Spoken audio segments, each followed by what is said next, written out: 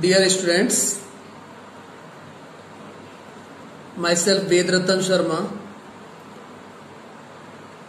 will provide you a video about the lesson Women's Education written by Dr. S. Radhakrishnan. देखिए students, आज हम जो video आपको provide करा रहे हैं वुमेन्स एजुकेशन लेसन है ये, और डॉक्टर एस राधाकृष्णन ने इसको लिखा है, राइटर हैं ये इसके।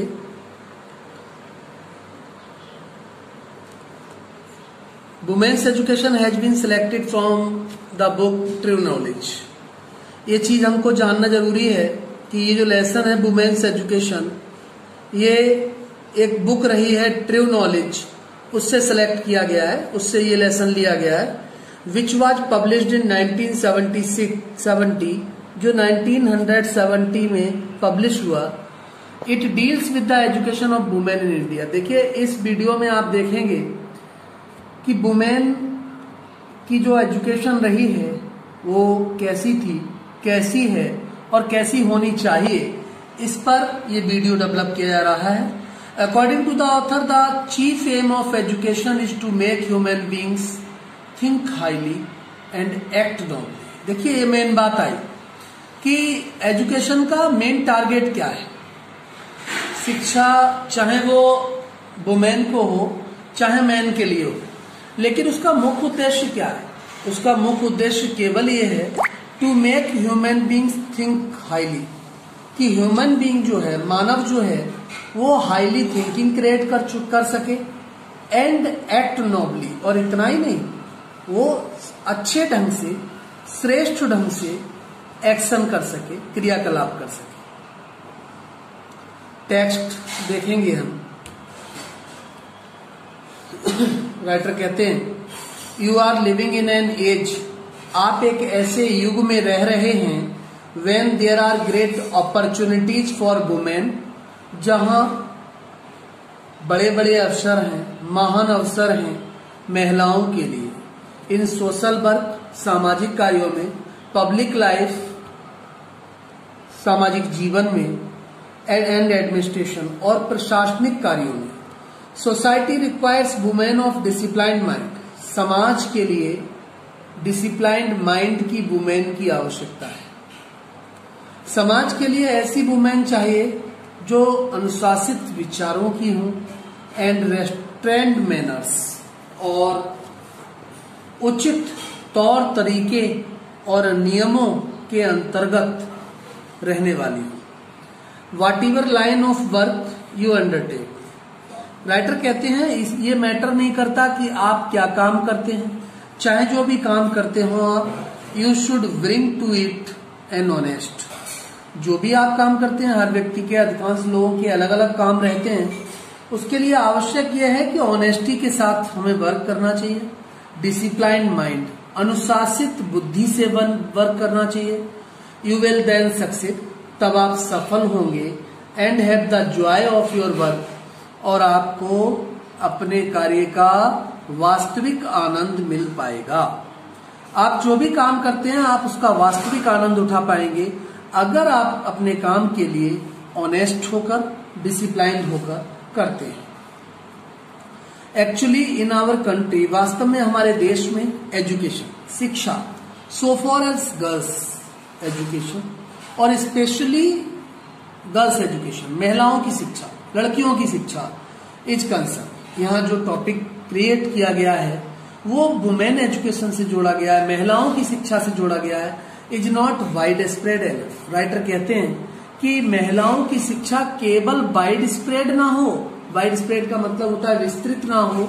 ये विस्तृत का यहाँ मीनिंग है कि दिखावटी ना हो।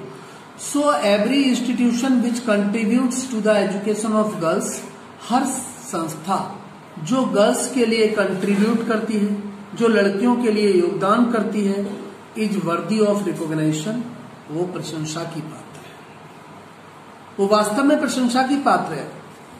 एंड एनकरेजमेंट, और प्रोत्साहन की पात्र है। बट आई एम एनेक्सियस, लेकिन मैं चिंतित हूं। That the kind of education, वह एक प्रकार की शिक्षा दैट इज इम्पार्टेड, जिसको हम प्रयोग में ला रहे हैं, must not only be broad, वो केवल विस्तृत नहीं हो, but should also be deep, बल्कि वह डीप हो, गहरी हो। यानी कि यहाँ राइटर ने ये कहना चाहा है कि लड़कियों की जो शिक्षा दी जा रही है वो मात्र दिखावटी ना हो, बल्कि उनको उस शिक्षा का ज्ञान भी हो। We are lacking in depth, हमारे अंदर लैक मीन्स होता है कमी, डिप्थ माने गहराई, हमारे अंदर गहराई की कमी है। We may become learned and skilled, हम लोग विद्वान हो सकते हैं, कौशलवान हो सकते हैं, बट लेकिन if we do not have some kind of purpose, यदि हमारे जीवन में कोई निश्चित उद्देश्य नहीं है इन आवर लाइफ, हमारे जीवन में हमने अपने जीवन में कोई निश्चित उद्देश्य नहीं बनाया है, our lives themselves become blind, तो हमारा जीवन अंधकार में हो जाएगा।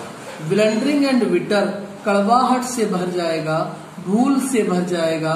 द गीता सेज, गीता कहती है, गीता में बताया जाता है, व्यवसायत्मिका बुद्धि रेखा, इसका मतलब है for a truly cultured mind, यदि आपको वास्तव में कल्चर्ड माइंड का बनना है, देयर इज सिंगल माइंडेडनेस, तो आपको अपने को सिंगल माइंडेड बनाना पड़ेगा, एक निश्चित उद्देश्य बनाना पड़ेगा, a dedication to a single purpose, और निश्चित उद्देश्य के प्रति आपको अपने को डेडिकेट करना होगा, समर्पित करना होगा। फॉर द अनकल्चर्ड माइंड, यदि हमारा माइंड अनकल्चर्ड है, हम संस्कृतिवान नहीं हैं, द होल लाइफ इज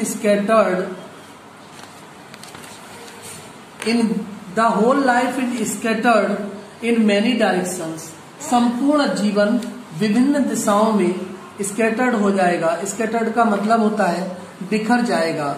बहुशाखा हन्यस्तिकता, जैसा कि कहा गया है कि विभिन्न शाखाओं में फैलने वाले का हनन होता है, विनाश होता है।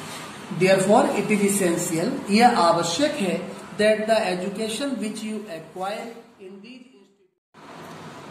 these institutions, इन संस्थाओं में, should give you not merely learning and skill, but endow you with a definite purpose in life.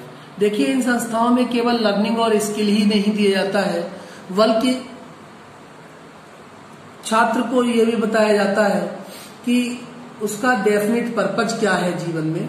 What that purpose is you have to define for your yourself जीवन में जो purpose बनाया जाए, जीवन में जो उद्देश्य बनाया जाए, वो खुद को डिफाइन भी किया जाना चाहिए, खुद को परिभाषित भी करना चाहिए। यानी कि हमने अपने जीवन में जो उद्देश्य बनाया है उसे समझना भी आवश्यक होता है। इट इज सेड, ये कहा जाता है, दैट विद्या गिव्स यू विवेक, विद्या जो है वो आपको विवेक देती है, बुद्धि देती है, नॉलेज देती है। विमर्शोप्यानी विद्या gives you a sense of what is right and what is wrong. विमर्शोप्यानी विद्या जो है वो आपको बताती है कि सही क्या है और गलत क्या है, and helps you to avoid what is wrong, और सलाह देती है कि जो गलत है उससे दूर हटने का प्रयास करिए। यू मस्ट ट्राई, आपको कोशिश करनी चाहिए। Therefore, to find out what is required of you in this generation, ये समझना आवश्यक है कि आज की जनरेशन में किस चीज की हमें आवश्यकता है। A purpose which held good centuries ago, कोई एक उद्देश्य जो सदियों पहले अच्छा रहा हो, may not hold good today, जरूरी नहीं है कि वो आज भी अच्छा हो। इन view of rapidly changing condition, आजकल तेजी से चेंजिंग हो रहा है, ऑफ आवर कंट्री, हमारे देश में, एंड ऑफ द वर्ल्ड, और संसार में। So the purpose which you adopt in your life, इसलिए आप अपने जीवन में जो पर्पज अडॉप्ट करते हैं, आप अपने जीवन में जो उद्देश्य अपनाते हैं, मस्ट बी अडेप्टेड, उसे बदला जाना चाहिए, to the relevant needs of the present generation, वर्तमान पीढ़ी की आवश्यकताओं के अनुसार उसमें परिवर्तन किए जाने चाहिए। एवरी टाइम वी स्टार्ट, हर समय हम प्रारंभ करते हैं, वी यूज आवर हाइम्स, हम अपने मंत्र पढ़ते हैं, हाइम्स का मतलब मंत्र होता है, एंड विद सेइंग शांति शांति शांति, और किसी भी मंत्र का हम जब समापन करते हैं तो अंत में शांति शांति शांति शब्द का प्रयोग करते हैं। The teacher and the pupils are expected to avoid hating each other. देखिए राइटर कहते हैं कि एक और परिवर्तन समाज में होना चाहिए जहां टीचर और पपिल के बीच हेटिंग का जो बिहेवियर है, उनके बीच यदि घृणात्मक भाव है, वह भी दूर होना चाहिए, क्योंकि अध्यापक एक छात्र के जीवन के निर्माता होते हैं, उसकी दिशा तय करते हैं कि उसे किस दिशा में जाना है। यदि उन दोनों के बीच जहां ऐसा रिश्ता है विद्यार्थी और अध्यापक का, वहां यदि हेटफुल बिहेवियर बीच में आ जाएगा तो निश्चित ही छात्र अपनी उचित दिशा से भटक जाएगा। कंपेरिजन, दया। कंपेरिजन का सिनोनिम मर्सी होता है, हिंदी में इसको दया कहते हैं। Is the quality which is more characteristic of women. ये एक ऐसी क्वालिटी है जो वुमेन की एक निश्चित कैरेक्टरिस्टिक है, विशेषता है, देन ऑफ मैन। देखिए वैसे तो दया और कंपेरिजन जो वर्ड है ये सभी के लिए, एवरी ह्यूमन के लिए आवश्यक है, लेकिन कहा गया है कि मैन के कंपैरिजन में वुमेन के लिए ज्यादा नेसेसरी क्वालिटी है।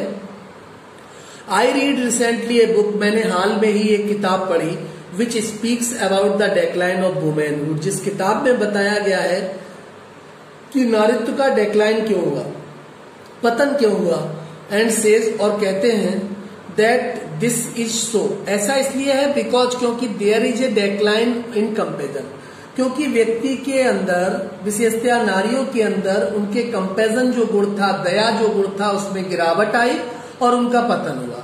इन अदर वर्ड्स, दूसरे शब्दों में, the natural quality of women is comparison. देखिए कंपेरिजन जो है, दया जो है, वो महिलाओं का एक प्राकृतिक गुण है। If you do not have comparison, अगर आपके अंदर दया नहीं है, यू आर नॉट ह्यूमन, तो आप ये मानिए कि आप मानव नहीं है। It is therefore essential for every human, प्रत्येक मानव के लिए आवश्यक है, being to develop the quality of considerateness, कि वह अपने व्यवहार में कंसिडरेटनेस यानी कि शिष्टता, उदारता लाएं, काइंडनेस दयालुता लाएं, और कंपेरिजन दया लाएं। विदाउट दीज क्वालिटीज, बिना इन गुणों के, we are only human animal, हम केवल नर पशु कहलाएंगे। सामने लिखा हुआ भी है नर पशु, नॉट मोर देन दैट, उससे अधिक और कुछ नहीं। नर पशु का मतलब देखने में नर जैसा दिखाई देता है, मीन्स ह्यूमन जैसा दिखाई देता है, और व्यवहार की दृष्टि से वह पूरी तरह पशुवृत्ति होती है। तो व्यक्ति को ध्यान रखना चाहिए कि उसे नरपशु जैसा नहीं बनना है। यदि नरपशु है तो निश्चित तौर पर वो ना तो अपने लिए, वेलफेयर के लिए, भलाई के लिए कुछ कर पाएगा, और ना दूसरों की भलाई के लिए कुछ कर पाएगा।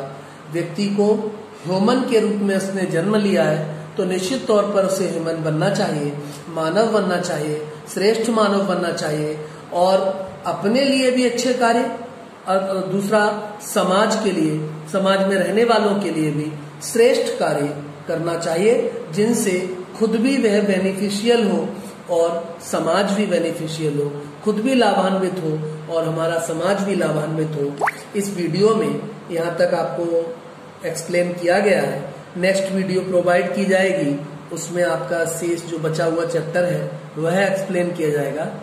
ठीक, thanks a lot for hearing attentively. जो वर्ड मीनिंग आपके लिए भेजे जा रहे हैं वीडियो में, इन्हें आप अपनी नोटबुक में नोट करेंगे। सबसे पहले वर्ड मीनिंग, उसके बाद जो नोट्स भेजे जाएंगे, एक्सप्लेनेशन, क्वेश्चन आंसर, वह नोट करेंगे। ठीक है।